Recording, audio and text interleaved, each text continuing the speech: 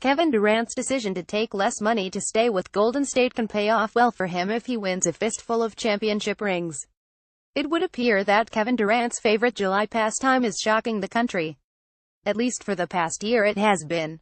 Uber talented as he is, KD doesn't need a ball in his hands to have a major impact on the game. The first jolt came on July 4, 2016, when, much to the delight of Seattleites, KD left the Thunder and joined the Warriors. Whether you thought that was a weak, ring-chasing move is irrelevant to this discussion. The decision transformed Golden State from a super team to a supreme team and changed the landscape of the NBA. But it was this most recent jolt that will have longer-lasting implications, perhaps even beyond Durant's playing career. It happened Monday, when the reigning Finals MVP signed a 2-year, $53 million deal with the Warriors that will pay him $25.9 million next season. The shocking part that $25.9 million is about $9 million less than a max contract, and it appears KD took the pay cut just to keep the supreme team intact. Granted, this isn't exactly heroic given that Durant has earned more than $135 million over his 10-year career. He's not going to have to start using 87 octane at the pump or camp out for Black Friday. But in the ego-driven sports world, it's not always about how much you make, but that you make more than the other guy. And Durant just told the world that it's okay to take less. Now, not everybody loves what KD did. Some worry that it sets a bad precedent in a league where superstars are already underpaid. Steph Curry just signed a 5-year, $201 million contract, which may seem excessive to the uninformed.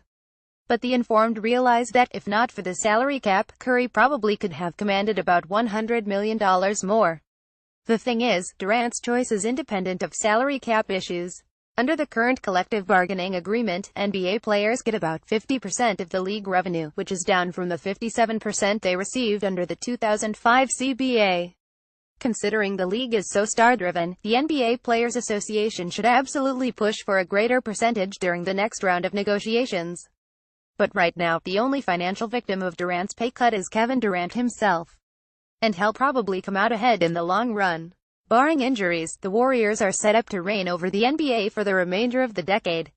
It's quite possible that this year's champs were the greatest team in league history, and they should be even better next season given their experience playing together. If Durant wins 4 more championships, posterity won't care that he bolted for a 73-win team. They'll just see the rings and put him in the company of Magic and Bird. But what if this pay cut does more than just help Golden State and KD's legacy? What if other stars start thinking, I have to do that, too? Again, this is not an argument that millionaire players sacrifice for the benefit of billionaire owners. The NBA has the leverage to snag a bigger slice of the league revenue, and should do whatever it takes to secure it. But as long as there is a salary cap of some sort, there are going to be challenges in trying to land as much talent as necessary. And maybe, just maybe, more superstars will start making financial sacrifices to adjust. It's not unprecedented. The $20.5 million Tom Brady earns annually makes him the 14th highest paid quarterback in the NFL. He's been signing less than market value contracts for years, which has allowed the Patriots to sign better role players and, in turn, cement Brady's legacy as the best to ever play the game. Before the 201,213 season, Tim Duncan inked a 3-year, $30 million contract with the Spurs, a massive discount that essentially cut his previous paycheck in half. San Antonio won a title 2 years later, and would have won the previous season had Ray Allen not hit a miracle three-pointer for the Heat in Game 6. The point is, sometimes a pay cut leads to a big payoff.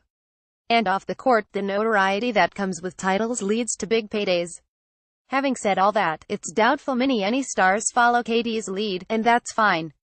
There is never shame in trying to get as much dough as you can.